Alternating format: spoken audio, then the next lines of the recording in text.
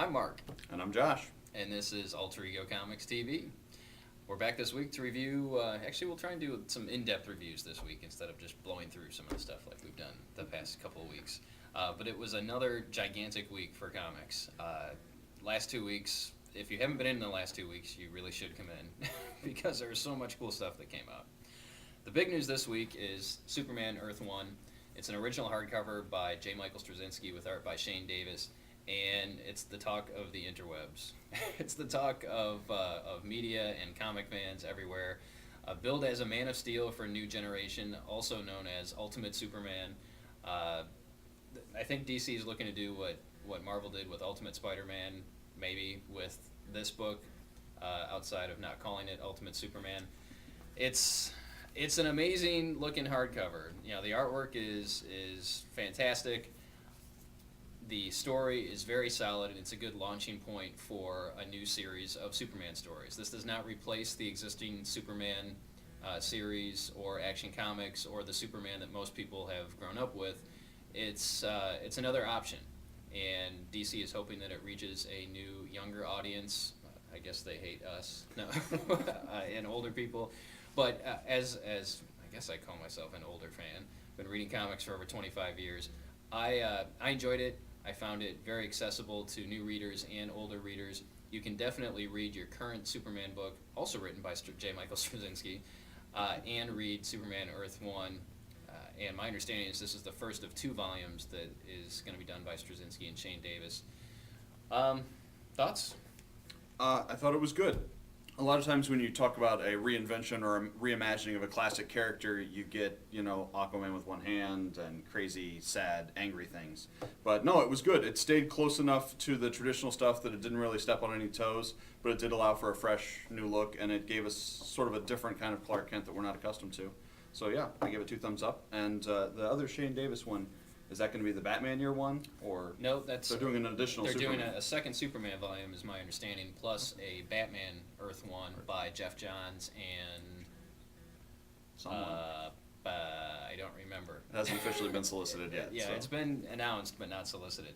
The other thing I just want to clear up, we did do a post on Facebook with a little blurb from Katie Kirk about this book where she kind of gave it a backhanded slap, saying, I don't know if people are going to buy it, something along the lines of Superman snorting kryptonite. I don't know what she was talking about. It was a link that was sent to us by DC to use to promote the book, and she didn't really do a good job of promoting it.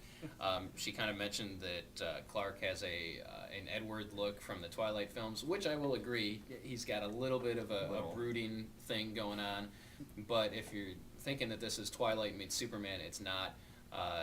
Basically, the story starts out where he goes to Metropolis for the first time.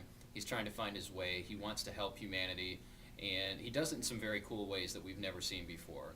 So, again, my parting thought would be, current Superman fans, longtime Superman fans, you owe it to yourselves to check this out. Don't be afraid of it. And in the intro, Straczynski says, this is for anybody that's ever worn anything with a Superman logo. If you've had a Superman t-shirt, if you have a Superman tattoo, if you've been inspired by the Man of Steel, then you should pick this book up. Absolutely. Speaking of Superman. Speaking of Superman, we have Superman, the next issue. Superman is still grounded, but JMS, the writer of the previous heroes and the writer of Earth 1, is taking an issue off. And we get G. Willow Wilson, writer of Air and Cairo.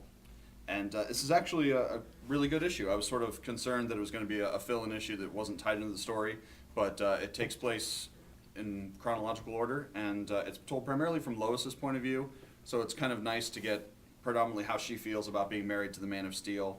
And it's a good read. If you've liked the others, you should like this one. Well, and you have to wonder what Lois is doing while Superman is playing Kane from Kung Fu and roaming the Earth. Yes. And that tells us, Lois is still tagging along. She's still there, and Superman catches up with her at one point and says, "Well, I miss you," but he needs to reconnect with humanity. So it's been a really solid storyline that Straczynski's been doing. Ultimate Spider-Man, Ultimate Comics Spider-Man, issue number 15, soon to be issue number 150. The next issue, they're going back to the old numbering that Ultimate Spider-Man had. Another really solid issue. I have very few complaints with this series as a whole, including the original Ultimate Spider-Man series. They're coming up on 150 issues. Brian Michael Bendis has written every single issue, so you have a very consistent voice in this series. Unlike a lot of series where you may have a writer on for 6 issues and then a new writer on for 6 issues or 2 issues or 1 issue, the same guy has written this character for 150 consecutive issues. And he's got a really good feel for it. This is Spider-Man for people who want to see Spider-Man in high school, who people want to see a younger Peter Parker, a Peter Parker who exists in the 21st century, who exists today. Again, no complaints with the series as a whole. It almost reads too quickly, and I think it's because Bendis is so good at writing this character that it's effortless, to read it. You're not stumbling over sentences or trying to figure out what's going on. The first trade paperback, which collects the first 6 issues of this current series, is available, as well as a whole slew of, I think it's about 20 different trades. 22. Or 22 different trades collecting the original run on Ultimate Spider-Man. So, like Superman Earth 1, if you've not read comics before, if you're looking for something to try, if you've got a teenager that you think might enjoy comic books or who likes the Spider-Man movies, Ultimate Comic Spider-Man, Ultimate Spider-Man is the way to go. Absolutely. Next up, we've got Action Comics featuring Lex Luthor and Neil Gaiman's Death. This picks up just where Death appeared at the end of the previous issue, and almost the entire issue is Lex sitting talking with Death. He goes through some of the stages of grief. He tries to get out of it in a very Lex Luthor-like fashion, and it was a great read. And also continues the backup story with Jimmy Olsen and Chloe from Smallville, written by Nick Spencer of Morning Glories fame. Morning Glories. And that also continues to be very good. He has a great feel for writing Jimmy Olsen, and you should read this. You really should. I mean, it's a momentous occasion in DC Universe history, really. It's momentous, yes. Yes, check it out. There's momentum. 2 more Batman, or Bruce Wayne, The Road Home one-shots came out this week, Oracle and Ra's al Ghul. Just a quick note about the Oracle one is there's some really nice stuff between Barbara and Bruce that goes on in this book that takes place shortly after she gets shot by the Joker back in The Killing Joke. So you see kind of Bruce pushing her and encouraging her to not get down on herself and not feel sorry for herself.